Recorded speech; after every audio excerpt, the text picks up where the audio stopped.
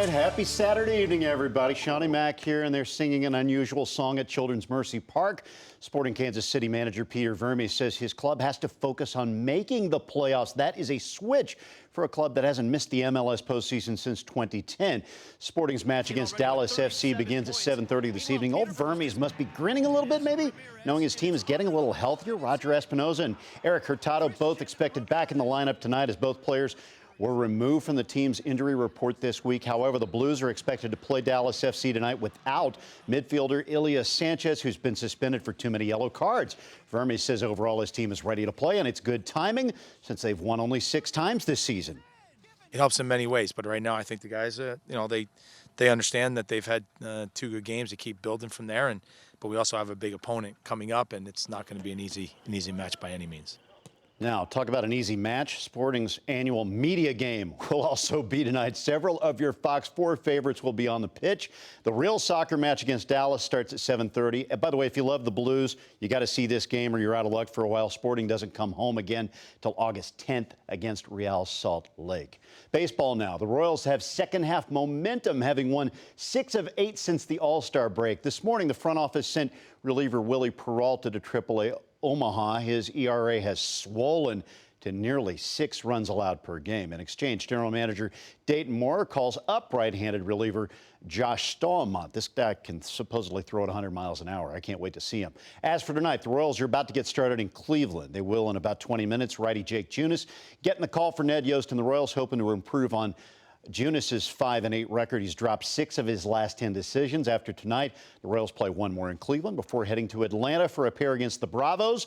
They lead the National League East. Highlights tonight at 10 o'clock. It won't be long now, football fans. The Chiefs are preparing for preseason camp with rookies due to report on Tuesday in St. Joe. Veterans, including Mr. Everything, quarterback Patrick Mahomes, they're not expected until Friday afternoon when training camp begins for real. Mahomes stoked to get this season going. Many pundits believe the league MVP and his cast of receivers, it feels like there are about 200 of them, they're good enough to play for the Lombardi Trophy in February.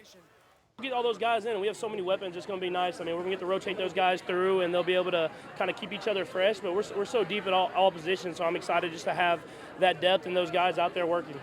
And the precedent is certainly there. Mahomes threw for 50 touchdowns, 50, and nearly 5,100 yards a season ago. The first preseason game, August 10th at Arrowhead Stadium, when Cincinnati comes calling at Arrowhead. It is a golfer's delight as we head for Northern Ireland. Round 3 of the Open Championship. Ireland's Shane Lowry has the morning lead at Royal Portrush. There is no luck in this Irishman's game. He set a new record at Portrush since it was remodeled. 8 under 63 today. Yow!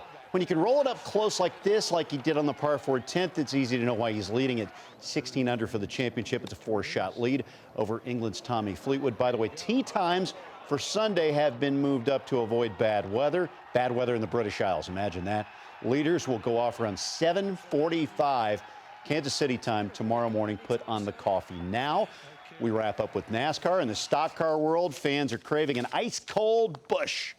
NASCAR heads for New Hampshire this weekend. Kyle Busch will start on the outside pole. He's the Monster Energy Cup points leader. He won last weekend at Kentucky.